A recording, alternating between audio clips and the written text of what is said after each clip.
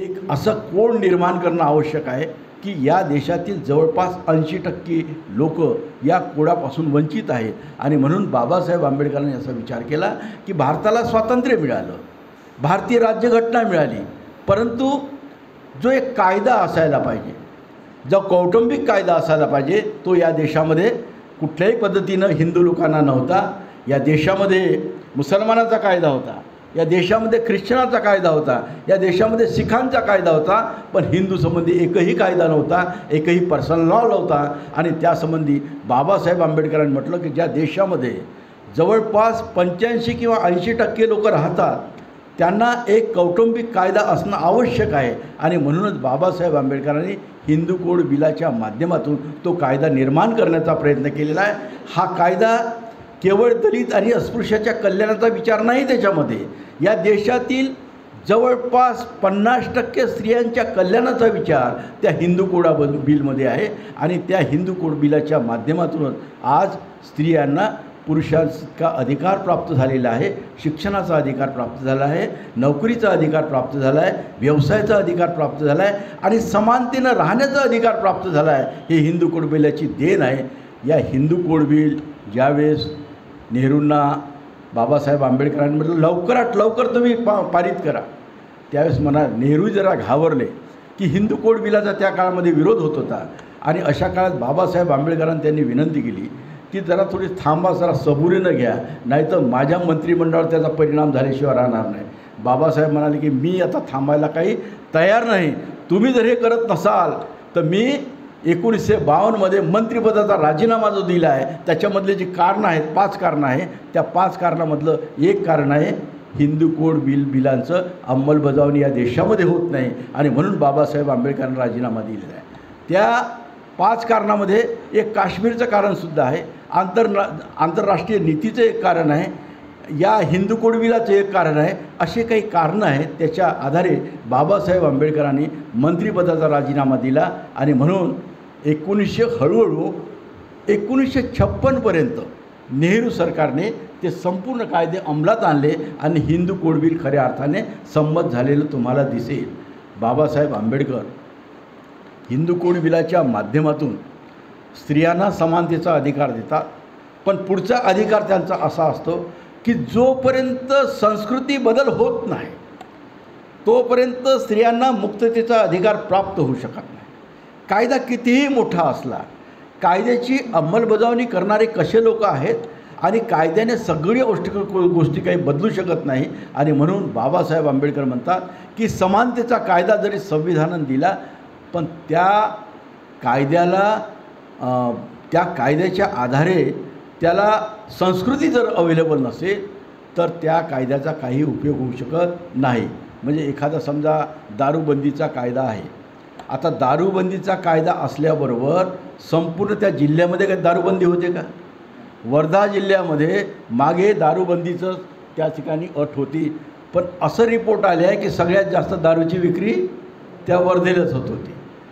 त्या चंद्रपूरमध्ये सुद्धा तीच परिस्थिती आहे, त्या बिहारमध्ये सुद्धा तीच परिस्थिती आहे.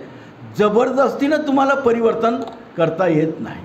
परिवर्तन करण्यासाठी तुमच्या मनामध्ये बदल होणं आवश्यक आहे. आणि जोपर्यंत दारू पिणारा माणूस असा विचार करत नाही की मी आता दारू पिणार नाही, तरच त्या कायद्याचा काही असर होऊ शकतो. आणि जोपर्यंत हे मनपरिवर्तन होत नाही तोपर्यंत त्या कायद्याला काही अर्थ नसतो. आणि म्हणून कायदे कितीही केले तरी सांस्कृतिक पर्यावरण ज्याला आपण म्हणतो, हे सांस्कृतिक पर्यावरण जोपर्यंत उपलब्ध होत नाही तोपर्यंत त्या देशामध्ये परिवर्तन होऊ शकत नाही. बाबासाहेब आंबेडकरांनी तेच केलं आहे. एक संविधानाचा कायदा निर्माण केला, म्हणजे मनस्फूर्ती गाळली त्यांनी खऱ्या अर्थाने.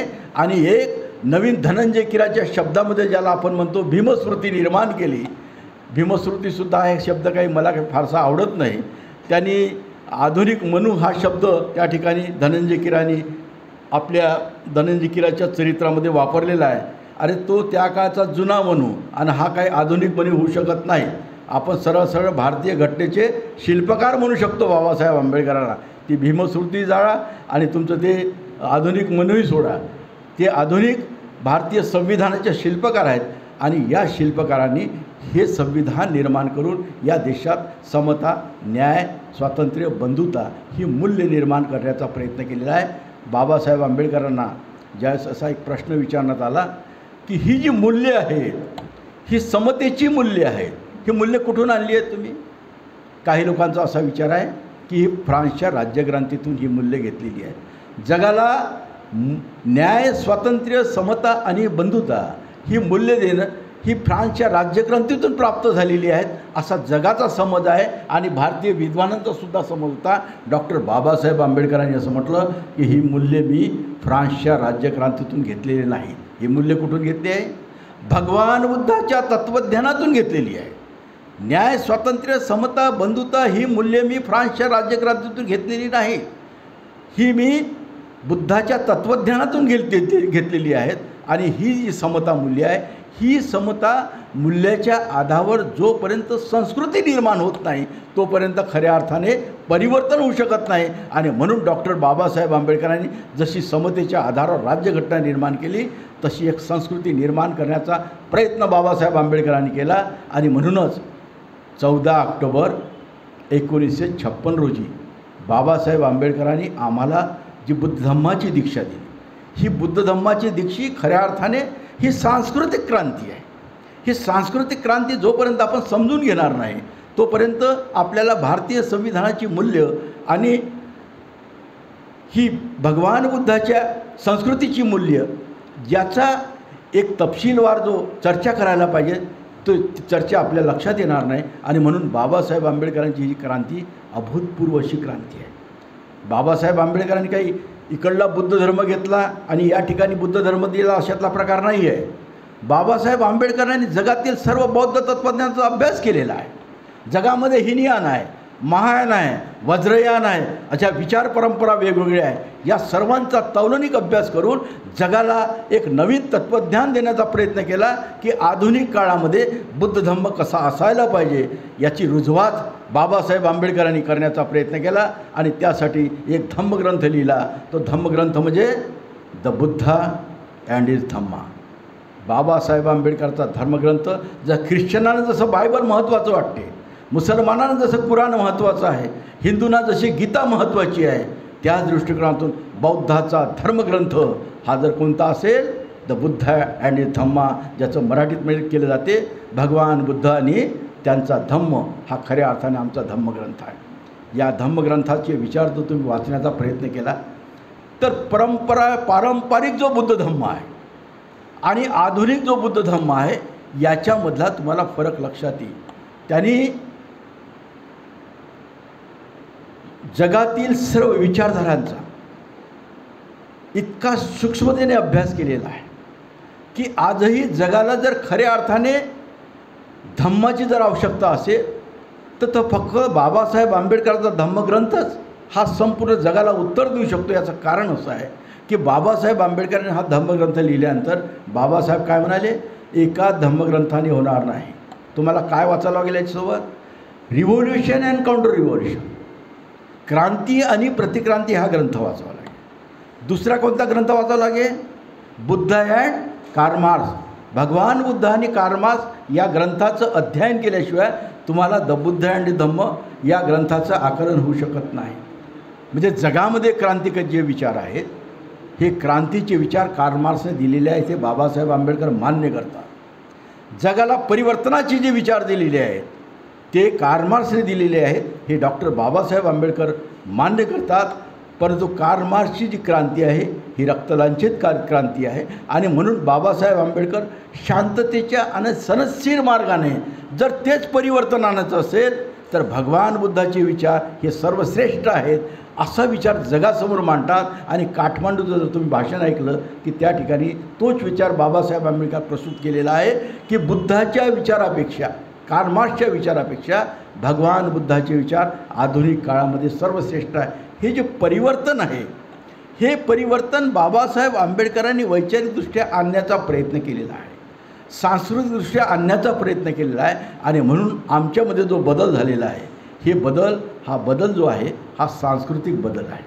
कालपर्यंत आपण ईश्वराची पूजा करत होतो, ईश्वराशिवाय आपलं काही भागत नव्हतं. भगवान बुद्धाने ईश्वराला नाकारलेलं आहे, आम्हीसुद्धा ईश्वराला नाकारलेलं आहे. आम्ही प्रारब्धावर होतो, आमच्या नशिबावर विश्वास ठेवत होतो कालपर्यंत. आज आम्ही नशीब नाकारलं, आमच्या कर्तव्यावर आमचा विश्वास आहे.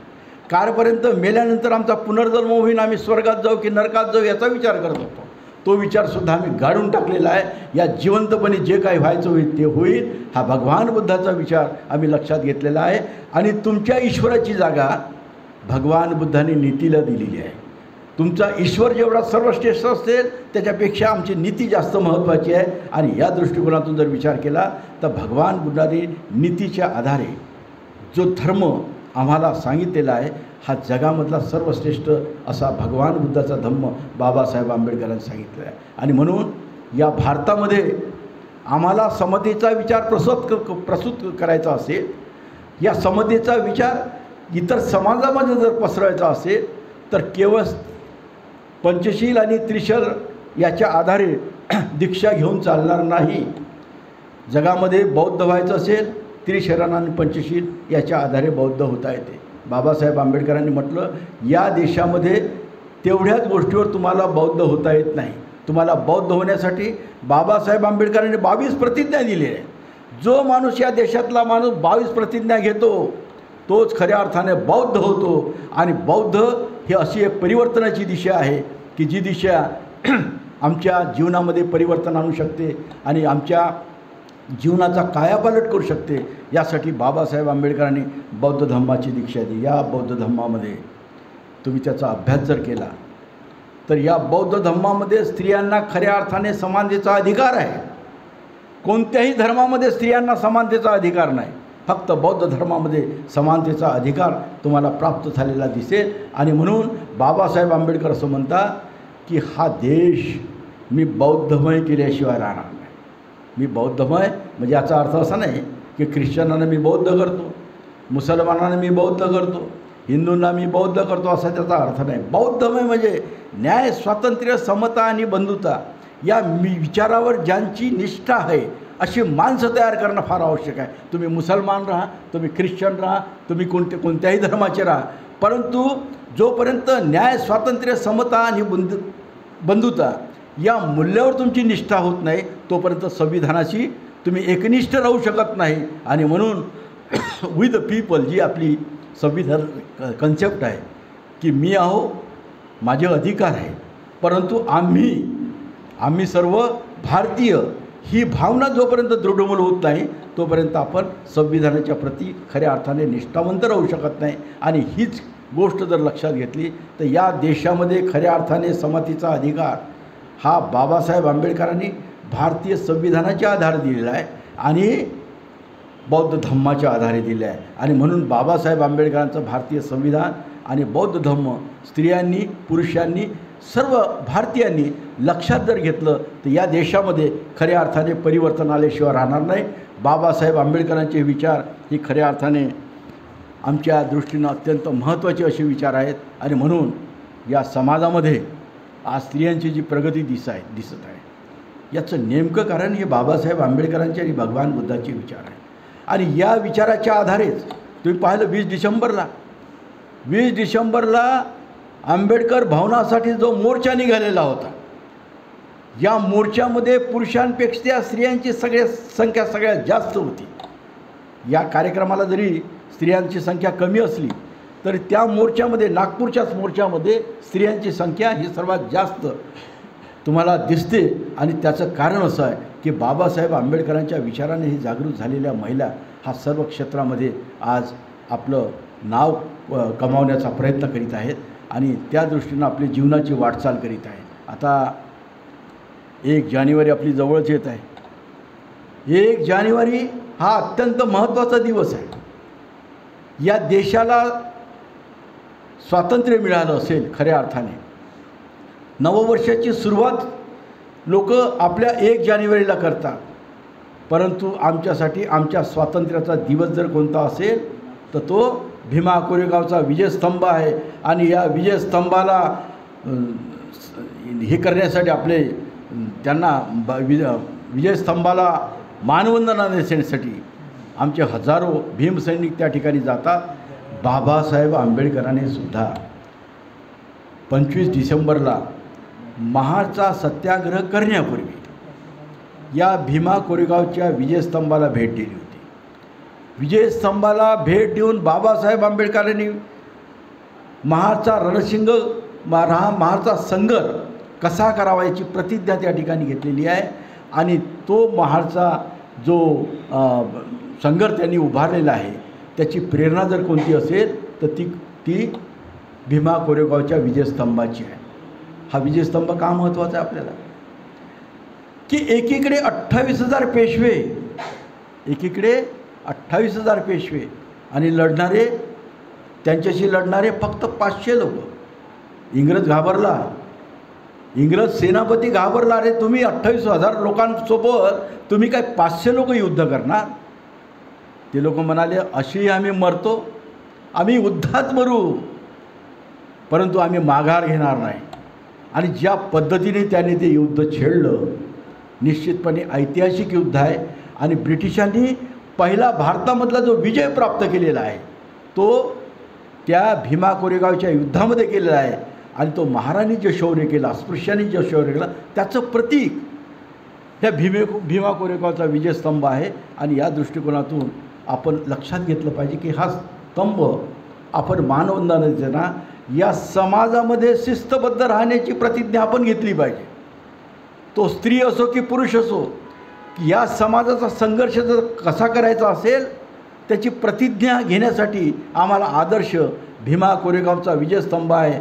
त्या 500 लोकांनी जर विचार केला असता की हा माणूस लढतो आहे, मी याच्याबरोबर लढणार नाही, दुसऱ्याने आपल्या पद्धतीने विचार, अरे शिस्तबद्ध एका ध्येयाने प्रेरित होऊन त्यांनी जो लढा दिलेला आहे त्याचा विजय हा भीमा कोरेगावचा विजयस्तंभ आहे. आणि म्हणून 1 जानेवारी जवळच येत आहे, त्या दृष्टीनेसुद्धा आपले आंबेडकरी चळवळीचे कार्यक्रम असतात.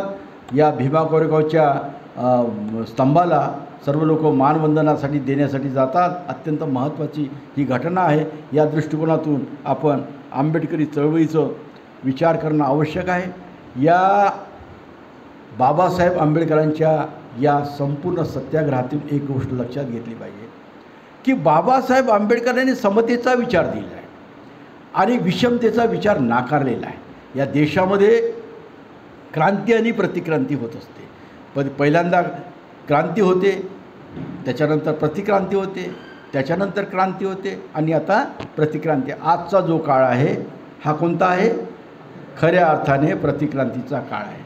हा विषमतेचा काळ आहे. क्रांती आणि प्रतिक्रांती याला सोप्या भाषेत सांगता येईल की समता आणि विषमता याचा संघर्ष आहे. या देशामध्ये आता संपूर्ण विषमतेचं संपूर्ण राज्य आहे. या विषमतेच्या राज्याला आज ना उद्या तुम्हाला परिवर्तित करावंच लागेल, त्याच्याशिवाय क्रांती निर्माण होणार नाही. आणि म्हणूनच या क्रांतीसाठी बाबासाहेब आंबेडकरांचे विचार हे आमच्यासाठी प्रेरणादायक आहे. आणि बाबासाहेब आंबेडकरांच्या विचारातूनच या देशामध्ये जर क्रांती निर्माण झाली तर त्या राज्यामध्ये स्त्रियांना आणि पुरुषांना खऱ्या अर्थाने समतेचे अधिकार प्राप्त होतील. आणि म्हणूनच या संपूर्ण परिवर्तनशील या विचारांना आपण स्मरण करूया. यांना या परिवर्तनशील विचाराला आपण अभिवादन करून मी या ठिकाणी माझे 2 शब्द पूर्ण करतो. जय भीम, जय भारत.